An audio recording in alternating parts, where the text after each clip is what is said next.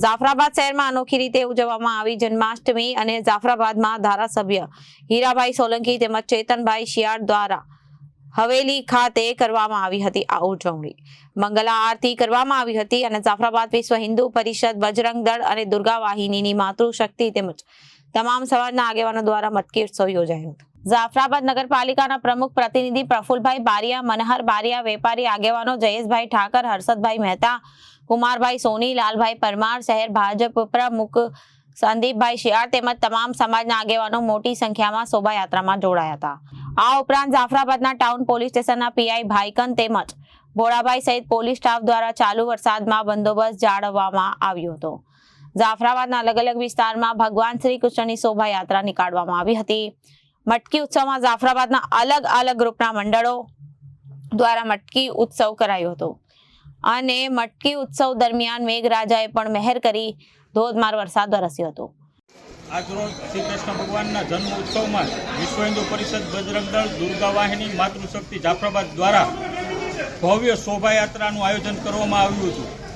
એ શોભાયાત્રામાં જાફરાબાદ શહેરના સમસ્ત હિન્દુ સમાજના આગેવાનો તથા આપણા માનનીય ધારાસભ્ય શ્રી હીરાભાઈ સોલંકી, નગરપાલિકાના પ્રતિનિધિ પ્રમુખ શ્રી પ્રફુલભાઈ બારિયા, કોળી સમાજ આગેવાન મનહરભાઈ બારિયા તથા સમસ્ત હિન્દુ સમાજ વેપારી એસોસિએશન અમરેલી યુવા પ્રમુખ ચેતનભાઈ શિયાળ તથા સમસ્ત હિન્દુ સમાજ આ તકે એક સાથે જોડાય અને આ ભવ્ય શોભાયાત્રામાં જે દહીં હાંડી જે મટકીનો ઉત્સવ હતો એ 51 મટકી ફોડી અને એ જ સિવાય આજે શ્રી કૃષ્ણ ભગવાનના જન્મ હતા ત્યારે મહિનાથી વરસાદ લંબાણો હતો તો આજના દિવસે જેમ યમુનાજી શ્રી કૃષ્ણ ભગવાનના પગ પખારવા આવ્યા હતા એ જ રીતના વરસાદે પણ સાથે સાથ આવ્યું અને આપણો જે પ્રસંગ હતો એને દીપાવ્યો।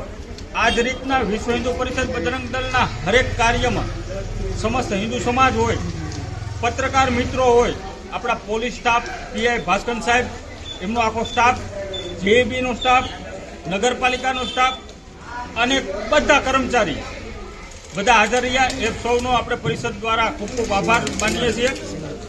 અને બીજું કે આજના જે પવિત્ર દિવસે જે આપણા જાફરાબાદ બસ સ્ટેન્ડની સામે